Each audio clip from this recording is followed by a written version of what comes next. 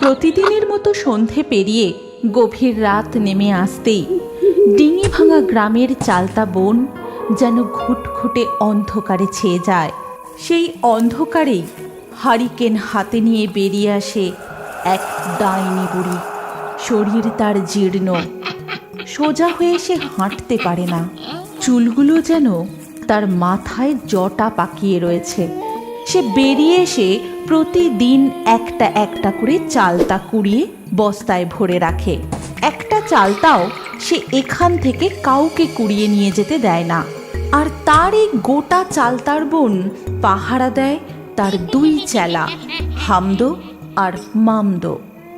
এই হামদো, মামদো, বলি মুখ পোড়া মিনসে দুটো গেলি কই? তোদের দেখতে পাচ্ছি নে কেনে? ডাইনি বুড়ির ডাক শুনে হামদো আর মামদো চালতা গাছ থেকে বুড়ির সামনে নেমে আসে আর বলে, এই তো আমরা তোমার সামনেই দাঁড়িয়ে আছি। তারপর হামদো আর মামদো ডাইনি বুড়ির হারিকেনের সামনে আসে। আসলে ডাইনি বুড়ি চোখে ভালো দেখতে পায় না, হারিকেনের আলোই তার সম্বল। তারপর হারিকেনটা হামদো আর মামদোর সামনে তুলে ধরে। শোন, তোরা ভালো করে চালতা বনকে পাহারা দে। আমি একটু গ্রামের দিকে যাচ্ছি। খিদে আমার পেট জ্বলে যাচ্ছে। যতই খাচ্ছি এই জম্মের খিদে যেন আর আমার মেটে না। দেখি গ্রামের দিকে কোনো মুরগি, ভেড়া, ছাগল কিছু পাই কিনা। এই বলে ডাইনি বুড়ি তার হারিকেন হাতে নিয়ে সেই গভীর রাতে গ্রামের দিকে যায়। আর সেখানে গিয়ে একটা বাড়ির সামনে সে ঘুরতে থাকে আর কর্কশ গলায় সে একই কথা বারবার বলতে থাকে। খিদে পেয়েছে, আমার খুব খিদে পেয়েছে। হাতের সামনে যাকেই পাবো তাকেই ছিঁড়ে ছিঁড়ে খাবো।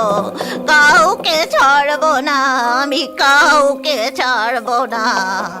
সেই সময় ওই বাড়ির ভিতরই এক নববিবাহিত দম্পতি বসে গল্প করছিল। বলছি গিন্নি, তুমি বাড়িতে এত গয়নাগাটি আর পড়ে থেকো না। গ্রামে চোর ছেঁচোরের যা উপদ্রব, খবর পেলেই ব্যাস। তুমি বরং কাল সকালেই সব গয়না খুলে আলমারিতে ভালো করে তুলে রেখো। হ্যাঁ গো হ্যাঁ, তোমাকে কোনো চিন্তা করতে হবে না। এখন চলো তো, অনেক রাত হয়ে গেছে, এবার ঘুমিয়ে পড়ো। ঠিক তখনই তারা বাইরে কিসের যেন একটা শব্দ শুনতে পায়। তখন বাইরে কিসের যেন একটা শব্দ শোনা যাচ্ছে। আমার সন্দেহটাই কি ঠিক? নিশ্চয়ই কোনো চোর এসেছে। তুমি এখানে চুপটি করে বসো, আমি বাইরে গিয়ে দেখছি। ব্যাটাকে আজ মেরে মাথা ফাটিয়ে দেব। এই বলে সে একটা লাঠি হাতে নিয়ে বাইরের দিকে বেরিয়ে যায়। ওগো ওগো শোনো, তুমি একা যেও না, শোনো শোনো আমার কথা। এই কে রে? কে চুরি করতে এসেছিস? সাহস থাকলে সামনে এগিয়ে আয়।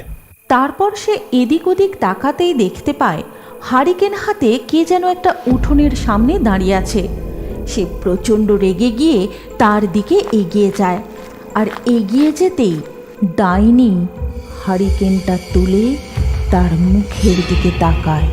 তার দিকে তাকাতেই লোকটি প্রচণ্ড ভয় পেয়ে যায়। সেখানেই থরথর করে কাঁপতে থাকে। সেই ডাইনি বুড়ির চোখ থেকে যেন সে চোখ সরাতেই পারে না। অনেক অনেক চেষ্টা করেও তার গলা দিয়ে কোনো আওয়াজ বেরোয় না। সে চিৎকার করে কাউকে ডাকতে পারে না। এতক্ষণ হয়ে গেল, মানুষটা এখনো এলো না। কোথায় যে গেল? আমি কি একবার বাইরে গিয়ে দেখবো? না না, আমার ঠিক ভালো মনে হচ্ছে না। আমি নিজেই একবার গিয়ে দেখি। বাইরে গিয়ে সে এদিক ওদিক দেখতে থাকে, কিন্তু কোথাও কাউকে দেখতে পায় না। তারপর সে উঠানে দেখতে পায় তার স্বামীর হাতের লাঠিটা সেখানে পড়ে রয়েছে। কাছে যেতেই হারিকেনের আলোয় সে যা দেখে, তাই দেখে তার চোখ কপালে উঠে যায়। সে সে দেখতে পায় মাটিতে লাল রঙের রক্তের বন্যা বয়ে যাচ্ছে। প্রচণ্ড কান্নায় সেখানেই সে ভেঙে পড়ে।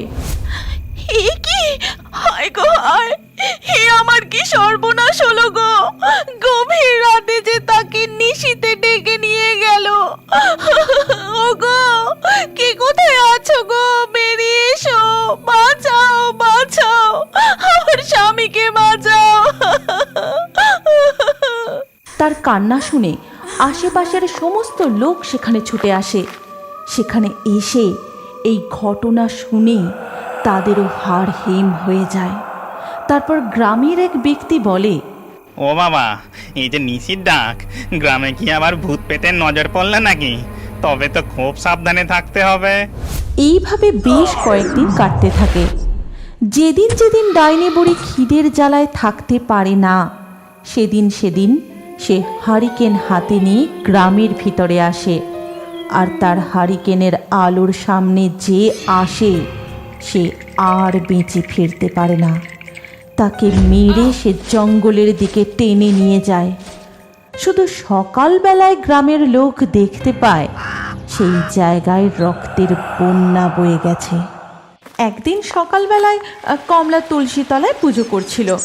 ঠিক সেই সময় বানি আর ডকাই তার কাছে এসে বলে, মা, ও মা, আমাদের খুব চালতা দিয়ে টক ডাল খেতে ইচ্ছে করছে। আমি আর দিদি যাব চালতা তলা থেকে কটা চালতা কুড়িয়ে আনবো। খবরদার না, ওই চালতা তলার দিকে একদম পা বাড়াবি না বলে দিলাম। অত গভীর জঙ্গলে কোথায় না কোথায় সাপ খোপ থাকবে। তারপর এখন গ্রামে যা সব শুরু হয়েছে, না, একদম যাবি না। ও মা, আমাদের যেতে দাও না। আমি আর ভাই যাব, কয়েকটা চালটা কুড়িয়েই চলে আসবো, একটুও দেরি করব না। হ্যাঁ রে বানি, তোর ভাই নয় ছোট, কিন্তু তুই তো বড় হয়েছিস, তুইও ওর তালে তাল মেলাচ্ছিস। চুপচাপ গিয়ে দুজনে পড়তে বস, তোদের যেন আমি বাইরে না দেখতে পাই। আর জোরে জোরে পড়বি, রান্নাঘর থেকে যেন আমি পড়ার আওয়াজ শুনতে পাই। এই বলে কমলা সেখান থেকে চলে যায়। তখন বানি তার ভাই ডকাইকে বলে, কি হবে রে ভাই, মা তো আমাদের কিছুতেই যেতে দিচ্ছে না। কিন্তু আমার তো চালটা দিয়ে টক ডাল খেতে খুব ইচ্ছা করছে। তুই চিন্তা করিস না দিদি, মা যখন দুপুরে ঘুমোবে আমরা খেলতে যাওয়ার নাম করে চলে যাব। আর সন্ধে হবার আগেই চালটা কুড়িয়ে বাড়ি চলে আসবো। ব্যাস, কেলটা ফতে, মা কিচ্ছু বুঝতে পারবে না, আর বকবেও না। তারপর সেই কথা মতো তারা চুপি চুপি বাড়ি থেকে বেরিয়ে চালতাতলার দিকে চলে যায়। সেখানে গিয়ে এত গভীর বন জঙ্গল দেখে বানি আর ডকাইয়ের গা ছমছম করতে থাকে। তারপর তারা যেই ডাইনের চালতা গাছের তলা থেকে চালতা কুড়িয়ে বস্তায় ভরে, তখনই হঠাৎ আকাশটা কালো মেঘে ছেয়ে যায়। প্রচণ্ড দমকা বাতাস বইতে শুরু করে। এই দেখে বানি আর ডকাই প্রচণ্ড ভয় পেয়ে যায়। তারপর শুরু হয় মুষলধারে বৃষ্টি। তখন তারা ওই গাছের তলাতেই চুপটি করে দাঁড়িয়ে যায়। দেখতে দেখতে সন্ধ্যা নেমে আসে। এই ভাই, আমার খুব ভয় করছে। এখন কি করে বাড়ি যাব? মা তো আজ আমাদের খুব পিটুনি দেবে। ঠিক তখনই হারিকেন হাতে বেরিয়ে আসে ওই ডাইনি বুড়ি। এই দিদি, ওটাকে হারিকেন নিয়ে এই দিকেই আসছে। এই সেই পেতনি নয় তো, যে রোজ রাতে গ্রামে ঢুকে সবাইকে তুলে নিয়ে যাচ্ছে? তারপর হারিকেন ডাইনি তাদের সামনে এগিয়ে যায় আর বলে, এই কে রে?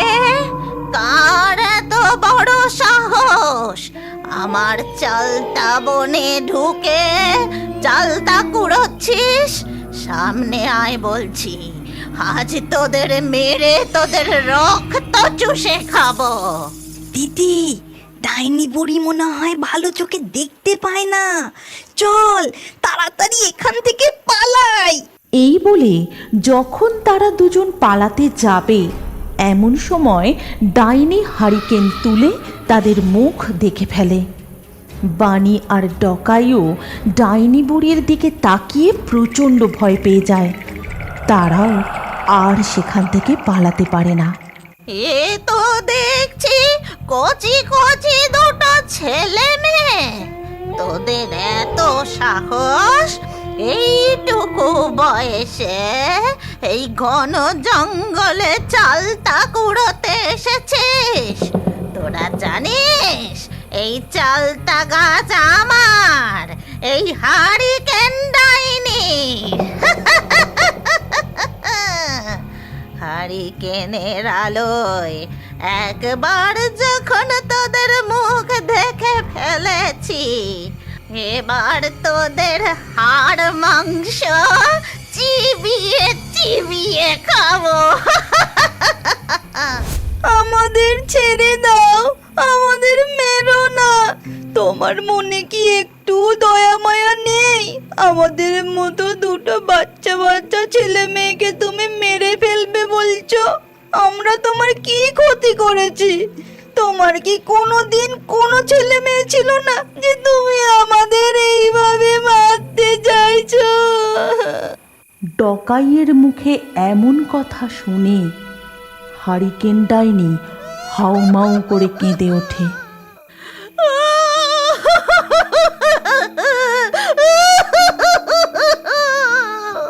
শুনবি শুনবি তোরা আমার সাথে কি হয়েছিল? কেন কেন আমার আত্মা এই চালতা বনে হারিকেন হাতেই ঘুরে বেড়ায়? শোন শোন তাহলে। আমাদের গল্প এখানেই শেষ হলো। আপনার যদি আমাদের এই গল্প ভালো লাগে তাহলে এই ভিডিওটি লাইক অবশ্যই করুন। আর এখন আরও একটি মজাদার নতুন কার্টুন দেখার জন্য স্ক্রিনের উপর এই ভিডিওতে ক্লিক করুন আর আমাদের চ্যানেলটি তাড়াতাড়ি সাবস্ক্রাইব করে নিন।